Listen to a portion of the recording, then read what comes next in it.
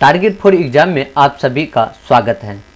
इस सेशन में करेंगे हम ब्रह्मांड के बारे में क्या करेंगे, हम संपूर्ण परिचय करेंगे। मतलब एक बार देखेंगे फास्ट रिवीजन करके जो है क्या क्या है। ठीक है, तो चलिए शुरू करते हैं आज का सेशन। ब्रह्मांड का अध्ययन है तो ब्रह्मांड का अध्ययन क्या कहलाता है, तो कॉस्मोलॉजी। क्या कहलाता है, कॉस्मोलॉजी जो है ब्रह्मांड का अध्ययन कहलाता है। ब्रह्मांड में सबसे प्रचुर मात्रा में पाए जाने वाला तत्व है, तो ब्रह्मांड में सबसे ज़्यादा पाए जाने वाला तत्व ये है हाइड्रोजन। कौन है, हाइड्रोजन। और दूसरा पूछ लेगा तो दूसरा हो जाएगा हीलियम। दूसरा क्या हो जाएगा, हीलियम हो जाएगा। तो ब्रह्मांड में सबसे ज़्यादा हाइड्रोजन हो गया, दूसरा हीलियम हो गया। ठीक है, ब्रह्मांड का मौलिक कण, तो मौलिक कण कौन है, हिग्स बोसान है। क्या है, मौलिक कण हिग्स बोसान है। गॉड पार्टिकल कहलाता है, तो गॉड पार्टिकल कहलाता है हिग्स बोसान। क्या कहलाता है, हिग्स बोसान जो है ये गॉड पार्टिकल कहलाता है। हब्बल का नियम संबंधित है, तो हब्बल का नियम संबंधित है खगोलिकी से। तो हब्बल का नियम किससे संबंधित है, तो ये है खगोलिकी से जो है ये संबंधित है। ब्रह्मांड में लगातार प्रसार की घटना ये बिग बैंग थ्योरी पर जो है ये घटती है।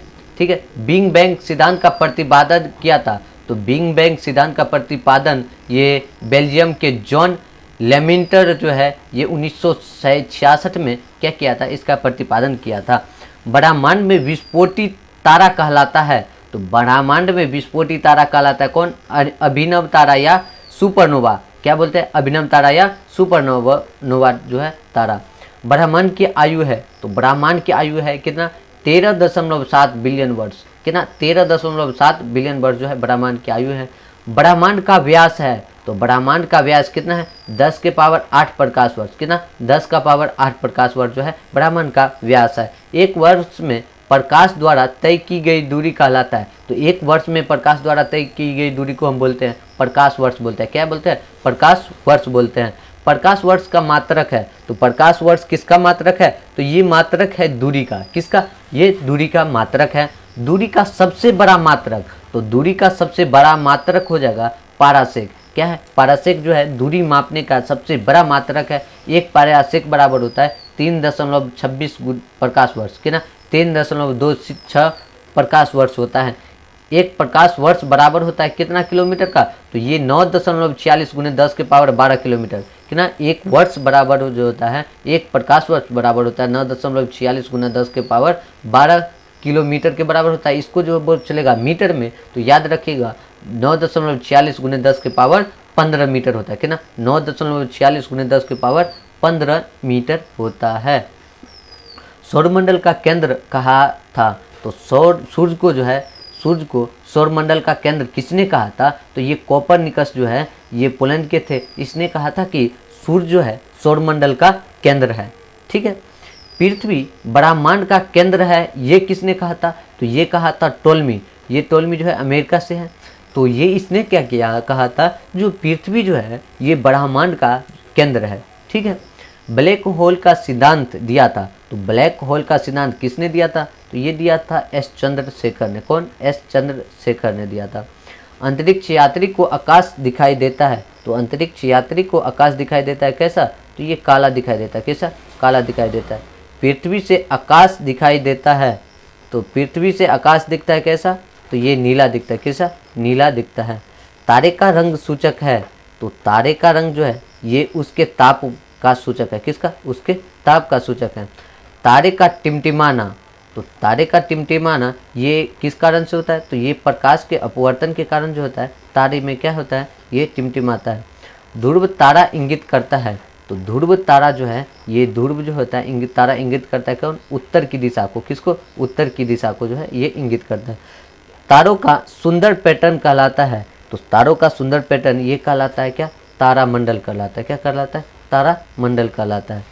तारामंडल की कुल संख्या कितनी है, तो तारामंडल की कुल संख्या ये 89 है। कितना, 89 है।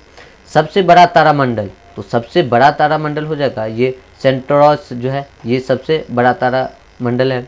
सबसे छोटा तारामंडल, तो सबसे छोटा तारामंडल ये हाइड्रा है। तारों के बड़े बड़े गुच्छों का समूह कहलाता है, तो सब तारों का समूह क्या कहलाता है, गैलेक्सी कहलाता है। क्या कहलाता है, गैलेक्सी की जो है ये कहलाता है। इसका व्यास जो होता है 10 के पावर 5 प्रकाश वर्ष है। कितना? 10 के पावर 5 प्रकाश वर्ष है। आकाश गंगा की आकृति है, तो आकाश गंगा की आकृति कैसी है? तो ये सर्पिलाकार जो है इसकी आकृति है। आकाश गंगा की खोज किसने की थी? तो आकाश गंगा की खोज ये गैलीलियो ने जो है आकाश गंगा की खोज की थी। आकाश गंगा की निकटतम मंदाकिनी है, तो आकाश गंगा के निकटतम मंदाकिनी कौन है? तो ये देवयानी जो है आकाश गंगा की सबसे निकटतम मंदाकिनी है। एक खगोलीय एकक औसत दूरी है, तो ये सूर्य और पृथ्वी के बीच का, किसका?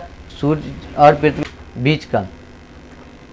पृथ्वी तथा सौरमंडल जिस आकाश गंगा में स्थित है वह कहलाता है। तो पृथ्वी और सौरमंडल जो है जिस आकाश गंगा में है उसको हम बोलते हैं दुग्ध मेखला। क्या बोलते हैं? दुग्ध मेखला बोलते हैं।